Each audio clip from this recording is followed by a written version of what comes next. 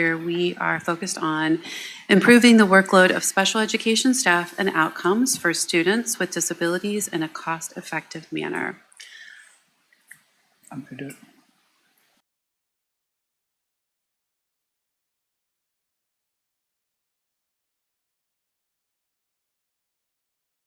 Really excited. Almost a year ago now, we worked with our WEA, our Worthington Education Association, which is our teachers union, in the collective bargaining process. And we agreed jointly that we wanted to do a special education audit. And then together with the WEA, we selected a group called New Solutions K-12 that would come and do that audit. And that's been a 10-month process. So joining us here this evening is Nate Levinson. Nate is the president of New Solutions K-12. He's worked with 250 different districts in over 30 states. He's published 30 articles and 6 different books, several of them on special education. And he and his team, again, have been on site, on Zoom, doing interviews over the last 10 months. And so today, Nate's here to present his findings. Thank you. Can folks hear me? Perfect. Super excited to be with you. A little bit of PTSD. I spent 6 years on the school board, but it's always easy on the other side of the table. But very excited to be with you tonight. Wanted to share just briefly the process of what we went through. More importantly, the findings. We'll do that in about 20 minutes and leave plenty of time for your questions. I think the 2 things before I get into the specifics that I think are most important to know. One, that going in, our goals were to do 3 things.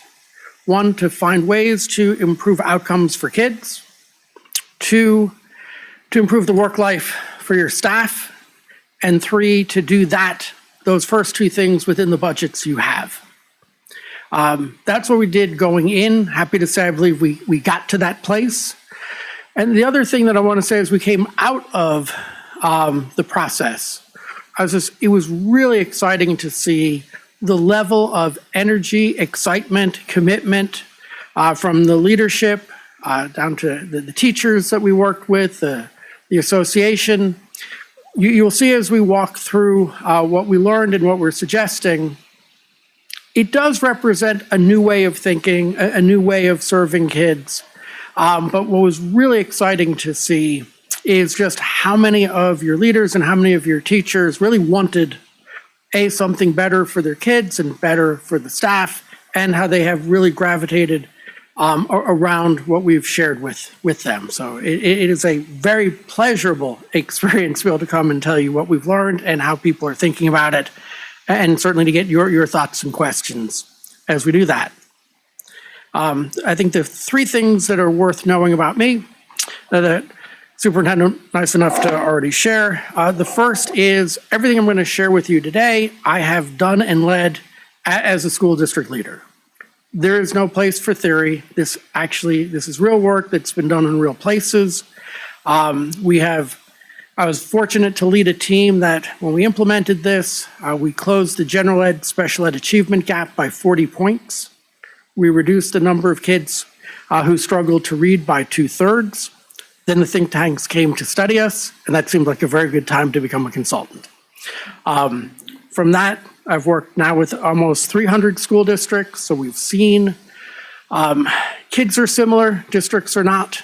So plans need to be modified and adjusted for your culture and your history. And we've recognized that.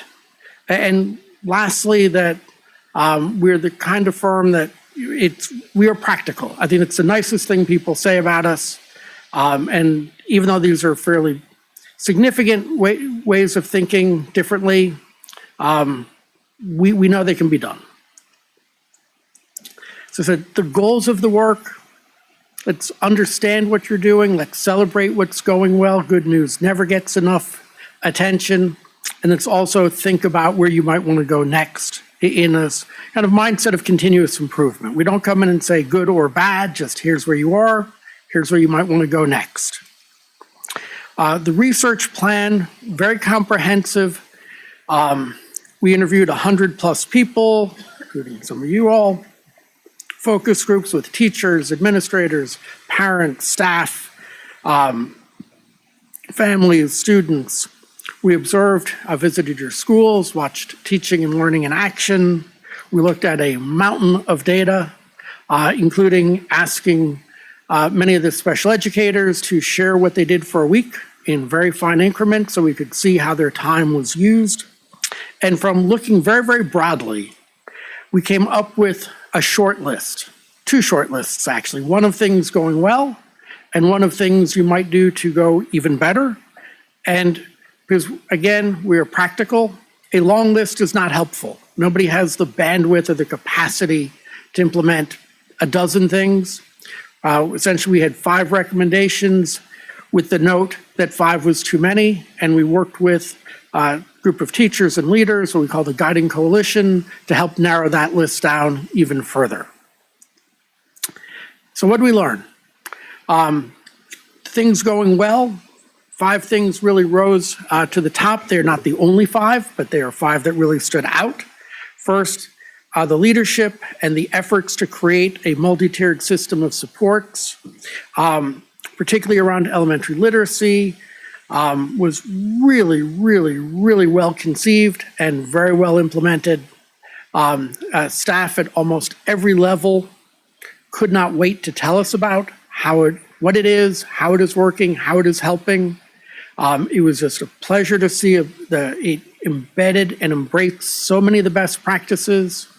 And to be really honest, about 9 out of 10 districts that have embarked on MTSS, the staff hate it. They love the concept. There are very few places where staff say, this is good, this is working, this was well managed. You are one of those. And so that is a really very strong commendation and a foundation to build off of in some of our recommendations going forward. Also, something we don't see very often is the district invested extensively in training and developing special educators, particularly around their ability to teach reading, a very powerful investment, one that, again, so many districts somehow seem to forget that special educators are an important part of teaching kids who struggle to read. You didn't forget that. It was high-quality training, and the folks who received it said it really made a difference. Really want to commend our third commendation that school and district leaders valued phasing out of special education services prior to graduation. This idea of valuing independence, of recognizing that one of the purposes of school is to get kids through school, but more importantly, it is to prepare them for life after school. In a lot of districts we work in, if you talk to kids or parents or when they hit 2025, they will say, hey, you got me through school, but post-graduation, less prepared. We really saw a commitment to not be those folks and to help kids be successful both in school but also after graduation. Obviously maybe should have been the first commendation, your teachers, your staff, your leaders, incredibly hardworking. They care deeply about their kids. They're actually very proud to be part of the Worthington school system. You've got a talented, committed group of folks. And with that, I know you can do anything that you set your mind to because they are good and they want to be better. And also wanted to commend the district learning centers trying to help kids stay in their home schools. These are the units for kids with more significant disabilities. I know it's not always completely possible, but really a commitment to minimize the amount of transition, to keep them in their home schools, to have thoughtful feeder patterns as they move through the schools. 5 things to be very proud of. Often, quite honestly, many of these in a fair number of our districts, they're on the other list. Things that folks didn't quite do yet, but should. So you are starting from a very high level of strength and many things going well. But not perfectly, and no system is functioning perfectly. This is really about where do you go next. I will not read you this long list. It is there for reference. We will dissect each of them in a bit of detail.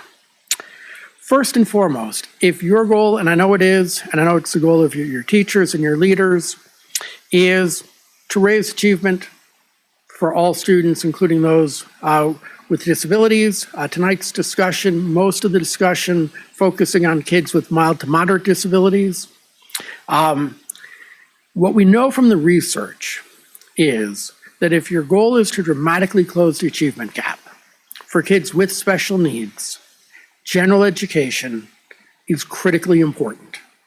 Special education comes second. Special ed on its own is not the solution to high levels of achievement. General education teachers have to play a major role in supporting kids with mild to moderate disabilities. It's really embracing this idea that students with disabilities are general education students first and foremost. What we saw, however, generated and driven by caring is something quite different. What we saw, I think one of your special educators said it really, really well. It feels like they, general educators, are relying on us to deliver some sort of magic to students that have IEPs, and only we have that magic. It came through in a lot of conversations with teachers who came out and told us that, teachers who hinted at it. As we saw and observed in classrooms, general education teachers have, and it's not every teacher, but on the whole, a sense that if a student has a disability, there's a special educator who can help them learn. And again, driven by caring. A story I tell a lot is I've had a doctor, general practitioner for 20 years. I know he cares about me. He knows an awful lot about me and my kids. And one day he's listening to my heart and didn't like what he heard. Because he cared, he said, you should go to the Brigham and Women in downtown Boston to a specialist. He didn't send me away because he didn't give a damn about me. He sent me away because he thought there was somebody who had these very specialized skills that was exactly what I needed. So I went. Happy to say my heart is fine. But you have a lot of teachers who are thinking, hey, these kids, they need something special. We've got people with special in their name, called special educators. They'll help. And what we're sharing with you tonight is in every district that has ever dramatically closed the achievement gap, those general educators are saying, I've got to be the first line of instruction. I am, in fact, the most important teacher in this student's life, and the special educators will also help. I know as a district you have embraced inclusion, which is a best practice, and that is great. Kids with mild to moderate disabilities, or all kids with disabilities, should be in the general education classroom. And I think there is, I want to say, a bit of misunderstanding, because as kids have moved into the gen ed classroom, as you've increased inclusion, and people are saying, see, we're doing the right thing, but you've had to bring a second teacher into that classroom with them. That a surprisingly large number of the staff we met, just gen ed staff we met, really believed it would be very odd to have kids with disabilities in their classroom without a special educator. In the districts that have closed the achievement gap, most classrooms, 99% of them have kids with disabilities, and they have one teacher in there at a time. And so it's a fairly deeply embedded sense that it would take a special educator to serve kids. And even though I think you have more classrooms with multiple teachers in them, one of the most common refrains we heard was, we're going to need more special educators because the number of kids with disabilities are growing and you can't really expect a gen ed teacher to do this on their own.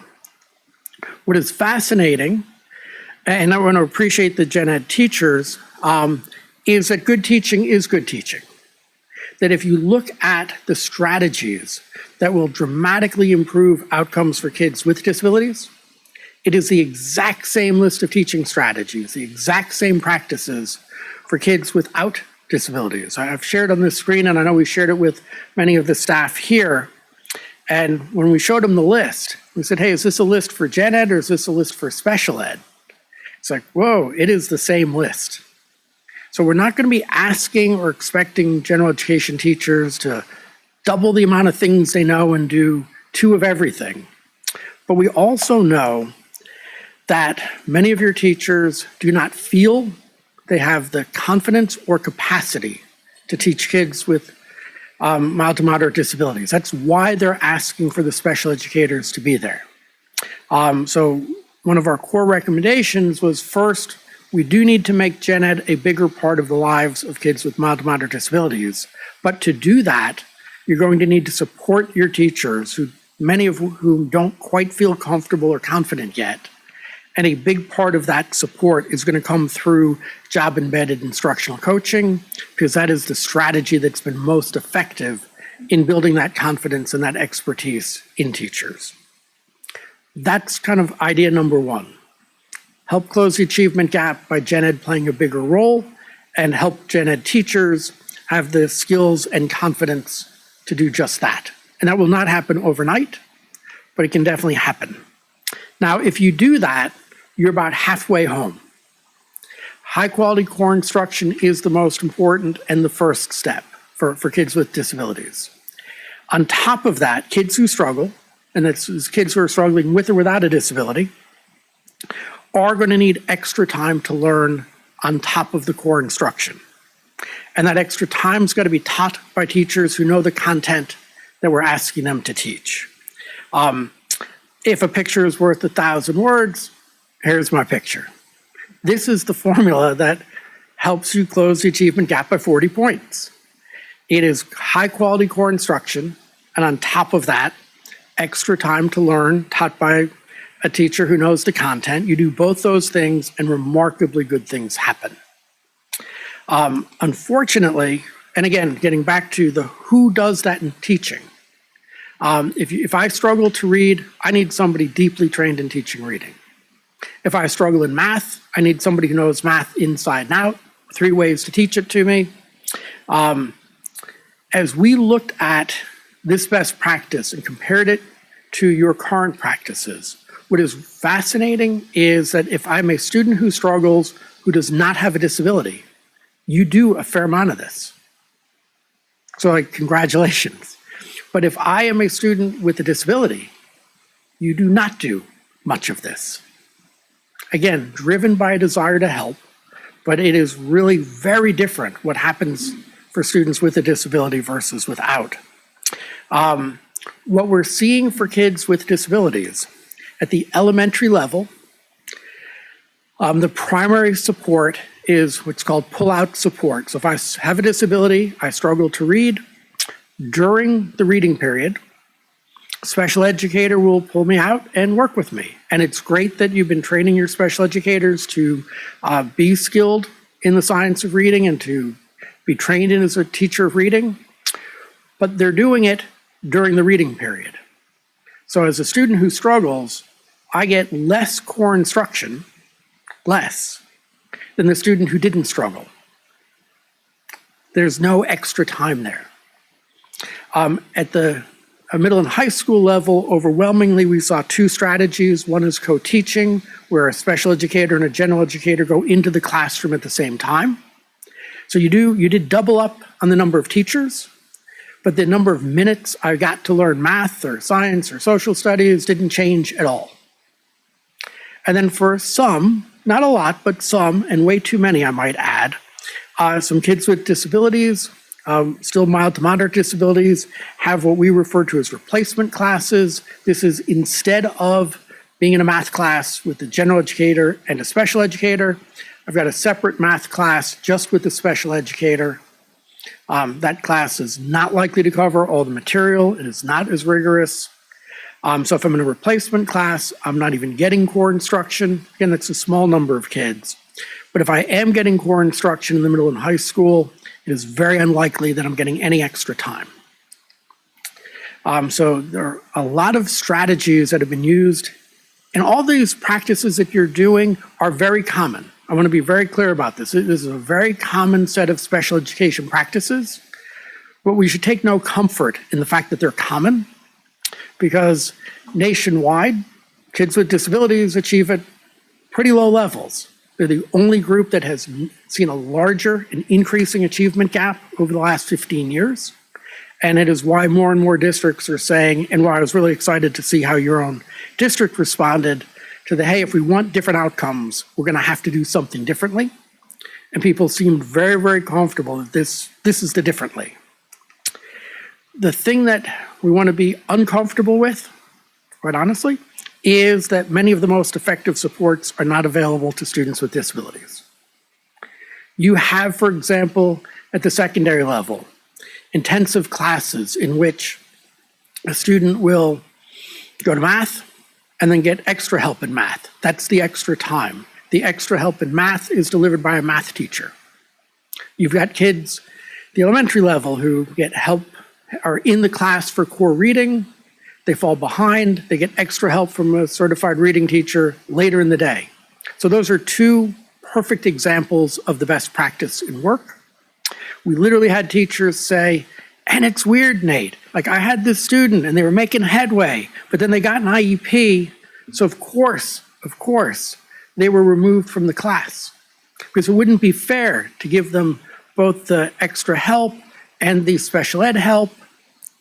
But then the teacher said, but I would have thought my help would be better. And so what we're seeing is a system in which getting an IEP doesn't always lead you to and often away from some of the best supports and services available. So that's kind of, those two are the big academic recommendations. Moving past that, we saw a third recommendation. And this one's fairly technical. Your process for identifying kids for special needs, writing IEPs, managing the IEP process is very good. It runs smoothly, it's thoughtful, it's getting the right kind of inputs and outputs. So we wanted to commend that. But we did notice that in some of the less common situations, the 3% or 5% of the cases, your standard systems and procedures didn't work as well. And so we'd identified for preschool age students, English learners, students new to the district, meaning they're moving in from someplace else, and also kids moving from one level, say middle school to high school. In some of these specialized cases, we thought your standard system and practice didn't work as well. I want to talk just a little bit about kids moving out of preschool and into kindergarten, being one that stood out as an example. And this really gets to, it's an early age to know. There are some kids who absolutely know they have a disability, open and shut. You will have other kids who are learning at a slower rate or adjusting to school. And to be really clear, the definition of who has a disability and who does not, it is not a science. We may pretend it to be, but it is not a science. There's definitely value judgment. And what we saw is a sense that, quote, it can't hurt. Like out of love and caring and kindness, it would be a really good thing if it's on the fence. We should write an IEP and nothing but good can come from it. The research just says otherwise. For a student who does not have a disability, getting an IEP often does take you further away from services. It changes the way parents, yourself, others think about you. And having a very accurate, we want to make sure 100% of kids who need and deserve an IEP get one.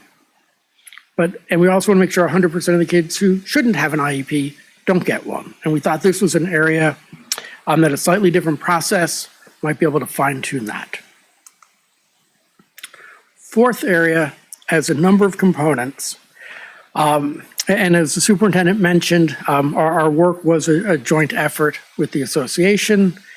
Your special educators are stressed. It is a hard job everywhere. Seems to be particularly hard here. And there were 4 recommendations we had for how to make their work much more sustainable and to do it in a completely cost-neutral way, which I think surprised some of the special educators. I want to say from the outset, a lot of folks assumed that the reason they were so stressed was there just weren't enough of them. And if that was what the data said, that's what I'd come here and tell you. But what we found was it was more systems and practices that stressed them out. And if you added 25% more staff tomorrow, they might celebrate for an hour. But I'm telling you, a year from now, they will be equally stressed. You can't just staff your way out of their stress. 4 things you could do. One is to allow special educators to play to their strengths.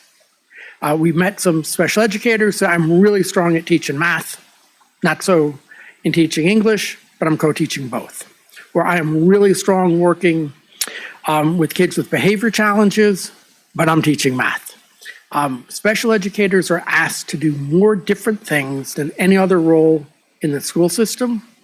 And folks have just shared, I'm good at some of them and not nearly as good as others. And it is stressful when half my day is not playing to my strength.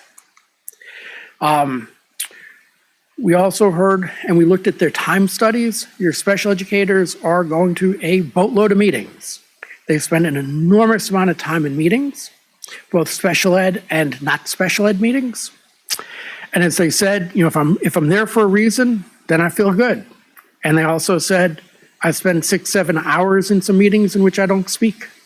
And I knew going in I wasn't going to speak. And I think in a sense of trying to make sure everybody's included and everybody who could contribute had a chance to contribute, pendulum swung too far. And mind you, if you go to a meeting and first of all, means I got work that's going to get done after that meeting, going to be done nights or weekends. And at the same time, if I was there and didn't actually have anything to say or anything to contribute, and now I'm working nights and weekends, that's very stressful. We also thought that creating a mechanism to surface and address workload and work-life issues on a more regular basis, if I am a special educator and I'm stressed, they are going to the union. And they're, quote, there to help. But as they've shared with us and their own members, most of these things that are causing stress are not contractual. The association just isn't actually the logical place to be able to address some of their issues. And then lastly, and I think this is obviously a very big one, so I don't want to move to it too quickly, is the way most school systems and particularly in Ohio determine, hey, what is the work you're asking me as an individual special educator to do? Is they say, hey, we're going to assign you a caseload. That is a list of students. And to large part, the list is going to be, hey, here's 16 kids or here's 18 kids. It is a number of kids. And we're balancing it out because everybody's going to get the same number. As they will tell you, my 16 and your 16 have entirely different needs. And as most of them will tell you, and I'm pretty darn sure mine 16 have a lot more needs than yours. Interestingly enough, they can't know that. There is no hard data, but the feeling is that some have much bigger workloads than others. And if you don't know for sure, I think 80% probably assume they're above average, when I know for in fact, mathematically, only half can be above average. The other thing about it is, it's really how many hours is it going to take to serve these students? And if it takes 20 hours to serve my kids and 15 hours to serve yours, you got an easier workload than I do. Doesn't matter how many kids are on that list. And so there has been a hope to, and certainly our recommendation, to think about balancing the workload, not just the number of kids on their list, but how many hours it will take to serve them. But to do that, and this is something that I don't think the staff had thought through, is you can't do that calculation. You can't balance things out if you don't also think about what's called group size. And so this is so important, I'm going to take a minute on this. So imagine you've got a list of 16 and I got a list of 16 and we added up all the hours and it came to 50 hours of services. If I choose to work with all those kids one-on-one, it'll take me 50 hours to serve all those kids. And if on average I had 2 kids in a group, it'd take me 25 hours to serve those kids. And yes, if I had groups of 3, it would take me 17 hours. We saw an incredible range of how teachers choose to form groups, are able to form groups. So some of your most stressed people might only have 17 hours worth of kids to serve, but it's taking them 25 or 30 hours to do it because of decisions they've made about group size. And so there's this very significant relationship to how many hours it's going to take me to do something and what's the targeted group size. Our recommendation is to think through collectively and inclusively what are the right target group sizes, and it's not a number. It's different for speech and language than OT, it's different at elementary than high school, but to think through those group sizes so that you can, in fact, reasonably calculate how many hours it should take to serve a group of kids, and then you can balance the workload. We believe if you do that, 2 good things happen. The stress on each teacher reduces, people have manageable and equitable workloads, and equally as importantly, there's transparency. Because I think absent transparency, we all assume we got the short end of the stick. Last thought is, as you think about addressing the growing challenge of problematic behavior, every school system's experiencing this. You're no different. People say, and this is just to recognize that behavior and mental health needs of kids are growing. They're a bit of a specialty. Behavior and mental health are different topics, different kinds of specialties. Often this falls to special education, but many of the kids with these needs are not kids with disabilities. And so just as mental health and behavior becomes a bigger part of what you have to do, thinking about how do you organize from a management and leadership perspective, reflecting both its importance and its specialization. That is a relatively quick walk through almost a year's worth of work. Love to get your thoughts, questions, and reactions. Thank you very much, Mr. Levinson. Would anyone like to go first? Okay, go ahead. Thank you very much for a very approachable presentation. I know you're used to that, but I appreciate it. Send the praise this way. Appreciate it. Well, I just have a handful of questions. Sure. This is very, very helpful for all of us. We've been hearing about it and have seen bits and pieces, and I've got a sneak peek into kind of what we're thinking about doing. So kind of the research behind it is great. So thank you. Basic question. You said one of your goals was to do all of this within budget, which is fantastic. But are there times when you look at it? My question gets at, like, if you came in and you looked at the situation and said, we need to make a lot of changes, maybe we can't do it within budget, is that something that you're comfortable doing? Oh, absolutely. Okay. No, if you need to spend more, you should spend more. Right. It happens, and here's why you can do this without, quote, spending more. Two reasons. First is the issue of the stress on the teachers. You're not understaffed. The stress is coming. If you've got twice as many teachers, if I hate teaching math and I'm teaching math for 2 hours a day, absolutely, my day still stinks. Right. So you can't buy your way out of that. And second, because the current strategy is of a lot of moving 2 teachers into a classroom, and because you've felt as a district, hey, we need 2 teachers in math and English and science and social studies. Less than 5% of our clients have 2 teachers in science and social studies. You do. You already hired a whole lot of people. So you've already made the investment. Okay. That's why it doesn't cost more money. Thank you. So you also mentioned that you gave kind of, you try not to make too many recommendations, right? Because if you throw everything in the kitchen sink at it, nothing's going to happen, which is true. But how did you evaluate which of your recommendations kind of rose to the top? Sure. We thought about a few things. The first, we asked ourselves, what's going to have the biggest impact on kids? How can I get the most kids, the most gain? Second thing we ask, where can we build off of strengths? There is, I think it was Madeleine Albright said, the doability measure. Which of these things, like if you're already doing some of it, we just know it is so much easier to do more of it.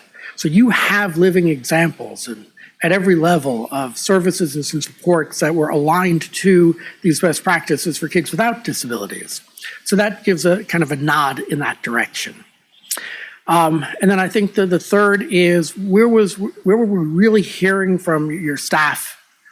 Where are they feeling the pressure? So try to kind of balance the best practices, our opinion, and their opinion. And I think as we shared the list, when we met, should have mentioned, we created something called the Guiding Coalition, which is a group of teachers and administrators, both school-based and central office, to be our sounding board. And when the second meeting we had with them, and we showed them these recommendations, the two questions we ask. The first is, A, does this sound like your school system? And second, are these the right ones?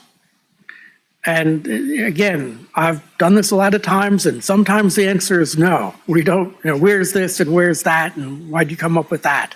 The feedback from the Guiding Coalition was really incredibly supportive. It's like, yes, we should do this. This is the stuff that will make a difference. So I felt more comfortable leaving that meeting than many others because this is a big change. And it's not uncommon to leave a meeting like that with people saying, I need to think about it more. What they wanted to think about was how to move forward. Awesome. My next question, job embedded coaching. I'm just curious if you in the overall report, you don't need to give details, included like what that looks like and how we implement that. We have, but also with all of these things, want to be fair. You said we were approachable. The 300-page report is not very approachable. So we did not write a 300-page report. So we've definitely said, for example, you need to embrace job-embedded coaching. We've given an overview of that.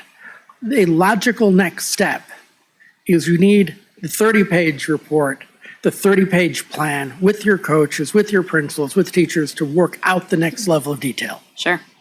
Every good idea can be implemented poorly. Never underestimate that. So all of these next require another level of planning the details. I think our goal was to help you set the direction and give you enough of the details to decide whether you wanted to do it. Okay. It's not enough to actually do it yet. So there's more work, in other words. There is more work, unfortunately. I just had a quick question about, there's a slide, you were talking about students with IEPs and pull-out support and co-teaching and replacement classes, and that all makes great sense to me. I was just wondering, you may have said this and I just missed it. Would you eliminate co-teaching at the secondary level, or what is that? What was the recommendation I think there? what you have to do, so the research on co-teaching says sometimes it's great and sometimes it's not. It is great when you have a pair that click, connect, have expertise, have chemistry, and it's not great when you don't have those things. Also, you can't take anything away until you have something better or different. And ultimately, the IEP team decides what the services are, not the district. What we have seen is, the saying is, if all you have is a hammer, everything starts to look like a nail. You have co-teaching, and you have replacement classes. Those are the two things you have. And so when an IEP team sits down, they choose one of the two, 99% of the cases. We have found in other districts when this extra time intervention from a content-strong teacher is on the table, more and more IEP teams and parents and kids will say, that's what we should be doing. Ultimately, I think you're going to have three things on the table, not two. And the system and the IEP process will figure out how much of each. I think you will find, and we certainly met, many of your special educators don't feel like they're contributing as a co-teacher. Others do. And I think you need to find where it's working and keep it and match the kids who benefit from it. And don't keep it where it's not working and have other options for kids. Okay. And based on your last answers, I think I know the answer to this, but I'm going to ask it anyway. And this is my last question. You talked a lot about making sure the kids that needed IEPs had them, and making sure the kids didn't need them, and specifically around the pre-K level. So are there high-level recommendations around how to better evaluate at the pre-K level, or kind of the go-forward strategy there? Yeah, I mean, so often what we've seen, and this is a very common issue, sometimes you can be too close to it. So what we've had, and again, same from whether it's pre-K or even when kids are moving from middle school to high school, there's the basic rule of life is the next grade level is scary as can be. And a presumption that if it's scary, adding some services can only help. But the people on the receiving end, they're not so scared. High school people don't think high school is scary. Middle school people are quite certain it is. So essentially what we've seen as a way to overcome that sense of other, we don't kind of know what's up there, is we often would recommend having a specialized evaluation team that is 2/3 the folks on the receiving side and 1/3 the folks on the sending side. So both sides are there, but the people who, more than half the room, are not scared about what comes next. Yep. And that model alone really tends to lead to much better decisions. Okay. All right. Thank you very much. Sure. Thank you, Stephanie. Jennifer, you want to go Yeah, next? go ahead and go. Thank you. This was really great to hear about the research and everything you had done. I know some of us got interviewed. I did. It was a good discussion. I appreciated it. Did you say parents and students were interviewed also? I know we interviewed some parents. I got to admit, I don't remember the whole list. I know it was more than 100 folks. And I can definitely go back to check the who. Okay, thank you. Then my other question on, the things that all the students need, the core instruction and that extra time. I get it that is what is needed, but where does that extra time come from? If they're not getting pulled out and the teacher has a full level. Yep. So 3 different places, 3 common places. And you will notice that the last book we wrote was on scheduling, because it turned out to implement all these things, you have to get good at scheduling. So first of all, many elementary schools already have what's called intervention and enrichment blocks or WIN blocks. It's your RTI, your MTSS time. So you're already doing it at the elementary level for many kids who don't have a disability. It is more a mindset than a schedule that said, when should we help the kids with disabilities? Second is even a number of kids at the middle school and high school, they're going into a resource room for more IEP goal kind of stuff. So they've already found time there. So weirdly enough, there is some time already there. The second is, certainly at a high school, kids take different courses. Every student has a different schedule. What we've seen, for example, when the decision we made when we were implementing this in my district, we looked at the schedules of most 12th graders, most seniors who struggled. They weren't taking 4 years of foreign language. So we said, as a 9th grader, take 2 periods of math and don't take a foreign language, take that next year. We looked at the courses kids were not taking as a senior and said, don't take them as a freshman. When middle schools gets a little tougher, something's got to give. And different districts will definitely make different decisions. For my kids and for the district I ran, we actually said, if a student made it to middle school and really struggles to read, maybe not taking a foreign language is a trade-off worth making. That's a decision that districts and schools and families make. But I don't want to suggest that nothing gives, but I definitely want to suggest that these will be the most impactful courses and supports in the life of a student. And the earlier you intervene, the earlier you catch up, they shouldn't have to be getting this extra time for 12 years. Thank you. That was really helpful. Great. That's it for me for now. Thanks, Jennifer. Stephanie, almost called you Stephanie. Sorry, Amber, would you like to go next? Stephanie, Sure. you've already gone. Jennifer actually touched on most of my questions. I too was curious about the student involvement. You talked a lot about the teachers, which I think is a critical component of this, obviously, but I would be interested in, knowing the feedback from the students and the parents, I would be very curious about how the parents who are embedded in this process and are living this process and are deeply influenced and affected by this process feel about some of the changes you're proposing. Yeah, and again, I've worked with a lot. I don't want to give you quotes from folks that I'm not 100% sure happened there. I will say that in most districts we work with, parents, 90% of the parents are 110% on board.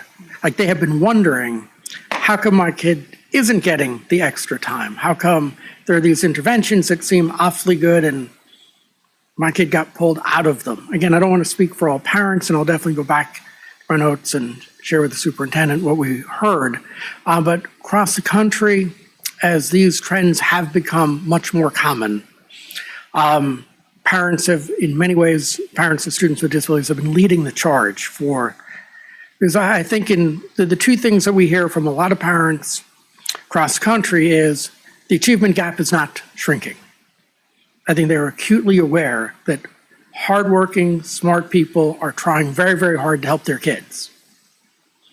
But the vast majority of them are not reading on grade level. They are struggling academically, and 8 or 10 years of special ed isn't changing that. And the other thing we hear, definitely once their kids hit 2025, is, whoa, we fought for all these services right through high school, and we didn't, and then the fall off. I mean, one of the saddest figures is 80% of kids with disabilities drop out of college their first semester. So this meant they wanted to go to college, had the ability to get into college, showed up at college, often went to a college that offered and proclaimed all these services to help kids with disabilities. But you got to go walk to another building and make an appointment and get those services. They don't come to you. And I think there's a growing recognition that independence is a core skill, because the world is just not nearly as nice and supportive as public schools are once you graduate. So, slide number 13, the graphic you had that ended with mastery. Did you, when you were doing your classroom visits, it looks like something I would see at Phoenix Middle School. Like that's sort of their, they very much believe in the extra time to learn and the additional attention. Did you spend any time in that building at all, or Linworth? Yeah, we had a team that went out Worthington to Academy? So again, as I shared, all these best practices we're talking about are currently happening somewhere in this district. There's nothing here that some kids aren't already getting, which is great. And your MTSS program is very much aligned to this. What we did see, that it doesn't happen in every school. It happens more at the elementary than the middle and high schools. But most importantly, that if I struggled to read or struggled in math and did not have a disability, I'm much more likely to get access to those services. And once I have an IEP, I'm much less likely.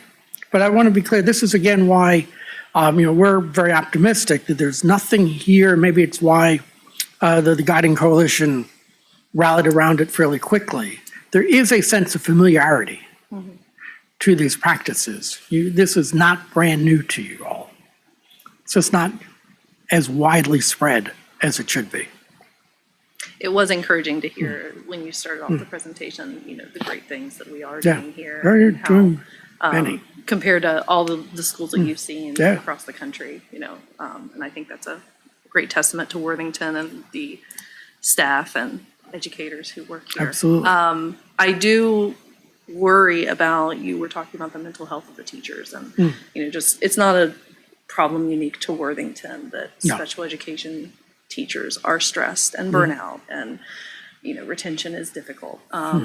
You touched on a little bit about that, but is there any, I know you didn't want to throw out a lot of recommendations, but I mean, how critical is the situation, I guess?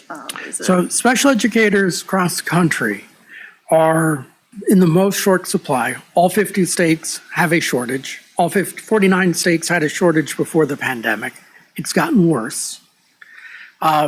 we are seeing from the long-term perspective, the number of folks who are saying, I want to be a special educator and enrolling in special education programs nationwide is down by 50% in the last 20 years. So this problem is getting worse, not better. People are leaving much faster than they're entering. On their way out, they're saying it's an impossible job. And so I think this idea of what we call job redesign, and the elements of the job redesign is ask me what I'm good at, let me do what I'm good at. Second, give me an amount of work that is doable and that I actually know and believe is doable, because I think those are different things. We are fairly confident, we've run calculations.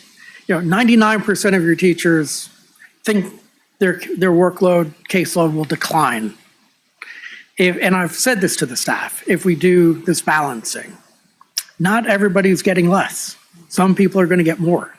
But the folks who are getting more will actually know why. We'll be able to see and calculate that it is fair and that it was doable. And if they are, if they're in a school that makes me go to 12 extra hours of meetings that I don't need to be at, the solution shouldn't be, hey, let's get more staff so you can go to those meetings. The solution needs to be, hey, there's no reason for you to be in so many meetings. I'm not blaming them because they're invited in a way that they usually cannot say no to. But the solution is to say, hey, you're a very talented person. First, we're going to let you play to your strength. And second, we're going to let you do about 2/3 of your day of working with kids. And if the system and structure isn't allowing you to do that, there should be a mechanism to voice and air that so somebody can say, hey, why they're going to so many meetings. And again, what's really interesting, I've interviewed maybe 10,000 special educators in my life. Two kinds of people are most stressed. Those who have incredibly small group sizes by choice. Because there aren't enough hours. And the second is the people who have really good thoughts and ideas and everybody wants them at the meeting, just in case. And you are a thoughtful, collaborative person, you can end up with 8 or 10 extra hours of meetings. That's really stressful because you don't know how to say no, but you still got the same number of kids to see. So I think our experience has been that these kind of steps we've talked about have really, special educators really like them. I mean, you got to do them well, you got to do them thoughtfully, but it really does change.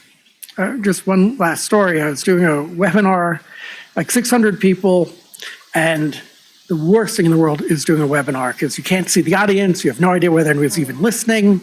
As a presenter, it's the worst thing I do. And I was doing one on improving teacher work life. And I got to the playing to their strengths section. And, as you're presenting, I don't really look at the chat, but all of a sudden, it starts beeping boom, boom, boom, boom, boom, boom, and I'm seeing this whole line. I said, I must have said something really offensive because the place is going crazy. So I said, pause. I said, give me 30 seconds. I think I had 120 messages. Let me look at a few of them.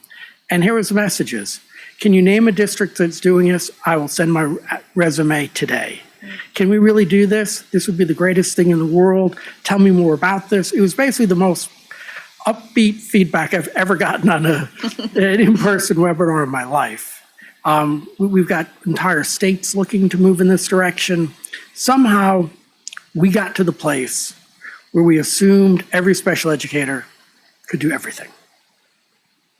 It was never true, but it just seems maybe the list keeps getting bigger and getting more stressful. And maybe as a district, the fact that you do, co-teaching in 4 subjects, that's just more. The fact that everybody's dealing with more behaviors, that's more on their list. So I think we took a hard situation, made it harder, but I think it can be undone, and I think it really will make a world of difference for the staff. And is there concern at all, and have you seen it in some of the other schools you've had? We're talking about how more time is needed, the general education teachers need to be more of the leaders in this area and sort of spearheading things. Is there sort of burnout that then happens on the other side when you're shifting things around? The answer is yes if you do it poorly. Like, you can't just say, hey, teacher who told Nate when he was interviewing you, you don't feel confident and capable of serving all these kids with disabilities in your room alone. If you came in and said, no, you're wrong, and I'm so certain you're wrong, we're going to yank out your co-teacher tomorrow. Yeah, they're going to be stressed and it's going to blow up. You have to build the capacity. Now, I do think you will have some teachers that'll get there very quickly and others taking longer, but yeah, you need to provide the supports. And it is a gradual release. Now, that said, once they've gotten over that hump, and let's be clear, most teachers in most school systems are already doing this. Your level of 2 teachers in a room is much higher than other places. So again, this is not a theory, but managing the transition and having people feel supported through that transition is really important. You cannot pull the rug out on people. Thank you. Thank you. For I don't think answering. you would, but I just have to say that Yeah. because a few places we work I have did. every confidence in the administration here that they could implement this well. Thank you for your Sure. time and thank you for answering my questions. Yeah. Thanks, Amber. Kelly? Okay. That was a lot. And I'm just, I mean, I have lots of notes. I don't have a lot of questions. My colleagues asked wonderful questions. I'm sure Nikki has a lot of questions. There are just a couple of points that I appreciated that you pointed out. And I appreciate that this work doesn't end with this presentation, that it's not like, and then we flip a switch, that there's still work to do. There's still a transition. Yep. There's still building capacity, and figuring out what works best here and what works best for our students. So I do have a question about the teachers that you engaged with, and you talked about their stress, and a lot of it came with their caseloads and things like that. Did they share feedback and how that is trickling down to the students and their progress? I mean, certainly in those conversations, the staff is trying to do the best for their kids, without a doubt. I think they feel they are doing the best for their kids. I think they are, when they're here, they're doing their best, and at some point it's going to be too much, and they're not going to be here. So I don't think from their perspective, it is impacting the students. I will say though, and this is where I do think it impacts students, if I am tasked with helping a student who has math goals, they're struggling in math, and I'm not strong at teaching math, there's just a limit to how much help I can provide. And so I think from the student perspective, the playing to strengths is as beneficial for them as it is for the staff. And I think that's where you get into the impact on the kids. That's my second point that I'm glad you pulled out, is that to cultivate leaning into their strengths to be the best support for that student that's in front of them at the time, so that they're not burned out, and so that student is getting their best. They're all the best teachers, right? But like getting the best of that specific teacher. Yep. So I appreciate that, and I appreciate the differentiation that not all special education teachers are the same. My mom is a nurse, and I used to ask her questions, and she would say, Kelly, I do with surgery. Like, I don't do this area of nursing. Yes, I'm a nurse, but this is my specialty, and this is where I can offer my expertise to you. So I think that's the same with special education. And so I appreciate that call out and that concentration. The other thing, so many notes, I'm sorry, they're all kind of over the place.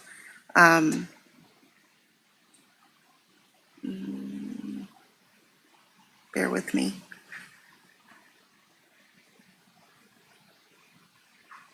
No, I can't find it right now. I just know that we'll be working with, or the administration will be working. I appreciate this time, and I'm sure I'll have questions. Sure. Anytime. As the process goes on, and I'm sure our administration will keep us updated. So I appreciate the time. I hope that this lands well with teachers and administrators and families, and that yeah, we can, that build the capacity part of it is really good. Thank you for You're your welcome. time. Thanks, Kelly. Thanks, Nate. I have just a few more questions. Thank you for all the I could information go all night. you've shared I thus love far. this stuff, so yeah, Not haven't sure worn me everyone out. else here has that same stamina, but I appreciate your willingness to do so. The one comment related to the fact that the it can't hurt mentality around IEPs. Of all the things that you've suggested, I can imagine that being one that a parent group would be a little hesitant about, because if you think about sometimes parents feel like they have to advocate a lot in this space because they have to learn, you know, the ins and outs of IEPs and 504s, and those are just things that Yep. the everyday person doesn't know. So how do we navigate that space, or what advice do you have for us Sure. in navigating that space to maintain the trust and confidence of our parents, and that, you know, we're still putting forth IEPs when they're necessary, and holding off when we feel like perhaps more data is needed, or more assistance is needed, hands-on assistance, and whatever it may Sure. be. Yeah, so here's how I think you can navigate that so parents can be very comfortable, and we want them to be very comfortable. So imagine you got a student, you got a child, and they're struggling. And they're a little kid, and they're struggling. That's stressful. And if the system was saying, hey, don't worry. Well, don't tell me not to worry, it's my kid. I'm obviously worried. And they said, we're going to give it time. I don't like that answer either. But what if you said, and we have a really strong, this guy flew in all the way from Boston to tell us how excellent our MTSS system is. And here's what we're going to do for your son or daughter or child. We're going to have this reading intervention, and we've identified what their areas of need are, and it's phonics, and it's orphonemic awareness, and these are the 6 signs. This is all what your MTSS system does. And your MTSS system even says, and if Nate has this struggle, here is what we're going to do for them. What parents want, in my experience, isn't an IEP. They want help, and they want their kid to catch up. In a world without MTSS, you are basically saying, hey, let's wait and see if they outgrow it, see if good things happen. I wouldn't wait if it was my child. With a strong MTSS system, you're not asking them to wait. You're actually telling them, here's what we're going to do. And then what's really interesting, this happened in my district, where we built such a strong, say, reading intervention program through MTSS, that if you got an IEP for reading, what we did is we put you into the MTSS reading program. And a parent said, well, then why would I want an IEP? I'm going to get the exact same thing. And I said, exactly. And I said, oh, so we can skip all those meetings? And so as your MTS system strengthens and develops and people come to understand it, you have a thing in place that will automatically start helping. And I think that really does, they need to see help. And you've built that. And you need to help educate folks that you didn't need an IEP to get the help. Yeah, I really appreciate that explanation. I mean, you obviously touched on the MTSS before, and the strength of the MTS system, especially as it relates to reading, but I didn't connect the fact that that was such a key component to providing those services when when students are struggling. Obviously it is, but in lieu of, potentially in lieu of the IEP. Yep. You mentioned the 2 to 3 to 1 to 3 ratio, 2/3 to 1/3 ratio. Are we a 1-to-1 ratio right now in evaluating the giving and receiving of services? As far as, so what I was saying is, like, when you have that team that's decided to write the IEP, what is typical in most school systems is the sending school writes the IEP, or the sending level writes the IEP. So, or I know you have some kind of a joint team. We do, yeah. But at least from our interviews, the sending school holds the pen. Gotcha. And the receiving school advises and gives consent. And I would say in the reality of the power dynamic is that the sending school has most of the say. Because we've even spoken to some folks on the receiving end who said, yeah, we said we don't think we should do this. And so I think it is not just about the head count is one issue. It's a way of making my point, but I think it's the who is really holding the pen, if you will. Okay. And it needs to be held by those who are actually going to be providing those services. So in other words, the receiving side. Okay. And they just have a better sense of what's there and what's going to be available and what the MTS system looks like. And That's helpful. they can also make, there's the other issue, just for, again, getting back to the parents. If a sending school says, don't worry, there'll be MTSS. So how do you know? You're not there. If the receiving school said, at this school, this is what we do, and like on the second day, based on the data we already have, there'll be in an MTS reading intervention. So, okay, great. Glad to hear it. So just the whole dynamic changes. I can see because that. you can't make a promise about a school you don't teach in. Yeah. Yeah, I can see that, how that message would land very differently based upon who it's coming from. Okay, thank you. I have two more questions. I promise that's it, unless have some afterwards, others have additional questions. But you touched on creating a mechanism to surface and address workload and work-life issues on a more regular basis. I would love to know how other districts have accomplished that. What does that look like? Sure. So the two-step process. Step one is to actually have a fair and equitable and transparent system. So that you can't say, hey, we're going to address imbalances or inequities or stresses in a system that essentially says, hey, your rules say 24 kids on a list. And so I think once you have a more thoughtful system, then, because in theory, you should be able to balance the workload. So if I'm a teacher and it's out of balance, I need a place to go. And I think there are two ways of doing this. Because going to the association, it's not a contractual thing. So it's just, they can't really solve it. And I think the weird part about a special education teacher, like if a classroom teacher, an art teacher feels something's wrong, they go to their principal. Our experience is if special educator goes to principal says, I'd like to help, but I don't actually run special ed. They have less span of control over these kids. They don't make the caseload. And I think if you go in a district this size, if they go to the director, that's a lot of staff in this building. And that's not a practical way of working it out either. So the two things that tends to happen is one, I'm a fan of advisory councils. So this is for superintendent, for Kim, to meet with a representative group of teachers on a regular basis, which lets you track whether the system as a whole is working. And are there trends? Did something change? Oh, we rolled out this new program or this new tweak to MTS, and all of a sudden it's spiking what's happening for special educators. You want to learn about that fast.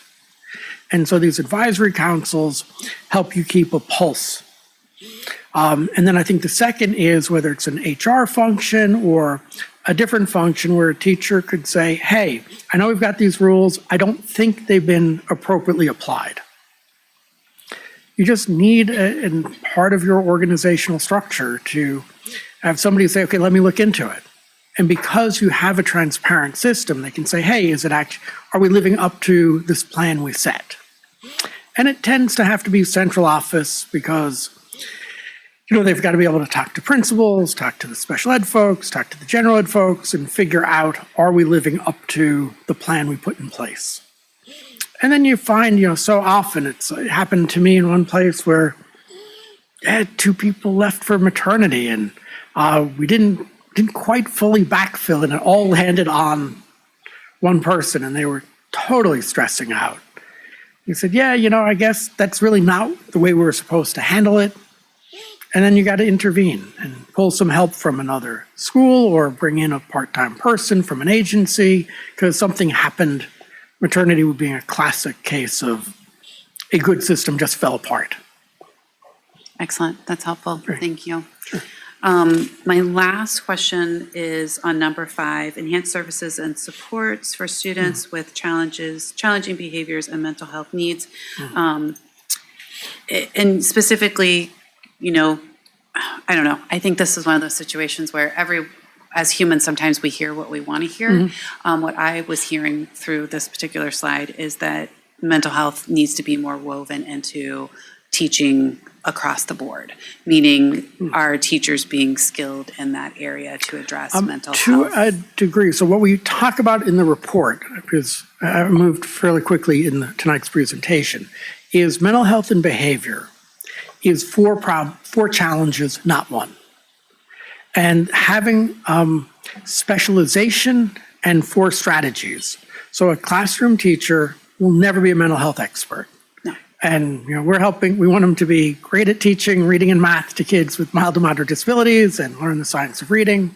So general education classroom teachers got to have a base level of understanding and rules and procedures and norms in their classroom to address very baseline needs. As the needs of kids increase, if it is mental health needs, you're going to need folks who are very strong in mental health. But if it's behavior needs, which is actually different, you're going to need somebody very strong in behavior. And so where these systems fall apart, and why I think American schools are so stressed, is 2 things are happening. One, we're asking classroom teachers to do the tier 1, the tier 2, and the tier 3 kind of behavior support and mental health support. They're really important and appropriate for one of those levels, but not all of them. And we have conflated behavior and mental health. And so you think about a school psychologist, again, get them in a room and say, everybody who loves doing mental health, go over there. And everybody who likes doing behavior, go over there. And if you're really happy doing both, stay in the middle. We have very few people when we do that. We literally do that and watch them disperse. Maybe 20% of them stay in the middle and want to do both. Most of these folks are much stronger one way or the other, but they're often tasked with doing both. And then obviously I'm a special educator and I may not be good at either. If the kid has an IEP, I might also be tasked with it. So it really is about both letting folks specialize and recognizing that you have different levels of need. And classroom teachers are very appropriate for one level, but definitely going to be not able, and we shouldn't expect them to, deal with the very, very significant behaviors or very significant mental health needs. Excellent, thank you. Great. That's very helpful. Great. Any follow-up questions from my colleagues? Then on behalf of the entire board and the administration, thank you for the excellent presentation, the thorough response to questions, and the tremendous amount of work that has gone into this report. Our pleasure. Very excited to be here, very excited to do the work. And again, I will just close with your leadership and your teachers, the guiding coalition, your superintendent. Really, I was going to say, before you walk away, Yeah, Dr. sure. Bowers may want to say a few things. Okay. Well, I don't need to say them to Nate, but we do appreciate you being here and your work. So I did want to say publicly that I've been incredibly proud of our special ed team, right? So Kim Marani, Beth Raina Williams, Renee Brenson are all here tonight. They really opened their doors and said, we want to look at what we're doing. We want this outside view, and we're going to give you all the information that you want. That takes a lot of courage. So I really appreciate their work, their reflection, their willingness to say, hey, we want to serve kids as best we can in Worthington. I want the board to know that what you heard tonight is a ton of work, right? And we think it will be a multi-year transition, multi being somewhere around 5 years for us to make this full transition. We have contracted with New Solutions to help us for the next year to 18 months in making this transition. We want to do it right. We're committed to making these shifts in a way that's good for kids and good for staff in Worthington. And we recognize that as we really dig into this, we're going to need some help. So they're going to continue to work with us. So you're going to continue to see the New Solutions team guide us through these processes, because some of them for me, like, they're hard to wrap my head around. Like exactly how, like, it's one thing to talk about a workload system. I get my head in the weeds real quick about, I don't know, you know, so we're gonna lean on their expertise to make that change. The other thing going on right now is our AAPL team is out presenting this information to all of our teaching staff. all of our school staff. They've committed, they're doing a great job. They want to see everybody face to face. So that's a long process in a place like Worthington that only does a couple staff meetings a week. And so they're on a staff meeting tour and going through the process, talking about these findings, and then what's our timeline for implementation, what can staff expect. And so some of our staff have heard that. Obviously, this is a public meeting. Hopefully people tune in to watch this presentation.